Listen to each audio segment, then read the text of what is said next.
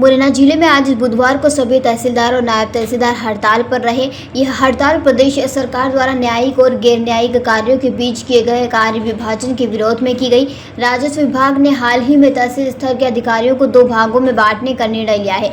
कुछ को केवल न्यायिक कार्य और कुछ को केवल फील्ड कार्यों की जिम्मेदारी सौंपी गई है। इस निर्णय का मुरैना जिले सहित अन्य जिलों में भी विरोध हो रहा है। मुरैना तहसीलदार ने बताया है कि यह कार्य विभाजन अव्यवहारिक है और इससे प्रशासनिक संतुलन बिगड़ता है। इसी के विरोध में सभी तहसीलदारों ने मुख्य सचिव के नाम कलेक्टर को ज्ञापन सौंपा।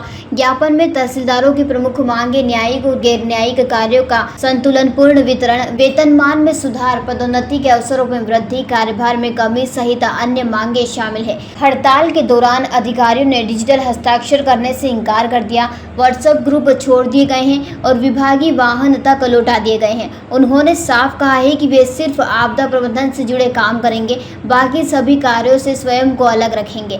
इस हड़ताल का सीधा असर आम नागरिकों पर पड़ा है। भूमि नामांतरण, बंटवारा, आय प्रमाण पत्र, जाति प्रमाण पत्र जैसे जरूरी काम पूरी तरह से बंद रहे।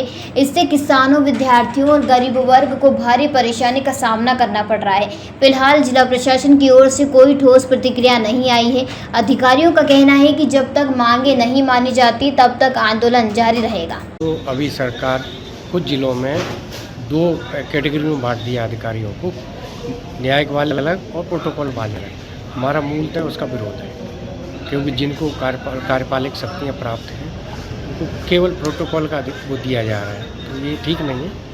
लेकिन या तो उसमें संशोधन किया जाए, MPLRC में संशोधन होने के बाद जो कार्रवाई होगी वो नियमानुसार होगी। अभी तो मुरैना से देवेंद्र सिंह राजपूत की ये रिपोर्ट।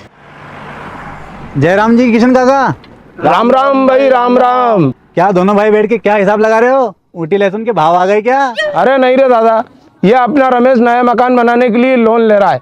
हिसाब किया तो पता चला कि लोन का पैसा तो ईंट और रेती में ही पूरा हो जाएगा। और अभी तो सीमेंट लानी है, सलिया लाना है और तो ठेकेदार को भी पैसे देने हैं। मेरे तो कुछ समझ में ही नहीं आ रहा कि कैसे बनेगा मेरा नया मकान। अरे किशन काका, कहाँ इन रेत, सीमेंट और लाल ईंटों के चक्कर में पड़ रहे हो? मेरी बात मानो तो अपने घर को बाबजी AAC ब्लॉक से बनवाओ।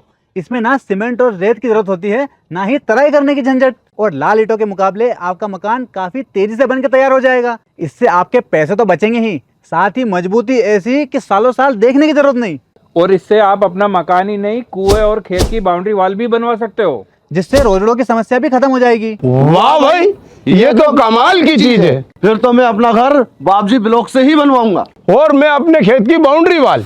ज्यादा जानकारी के लिए स्क्रीन पर दिए गए नंबर पर अभी कॉल करें। बाबजी AAC ब्लॉक्स, स्टील से मजबूती।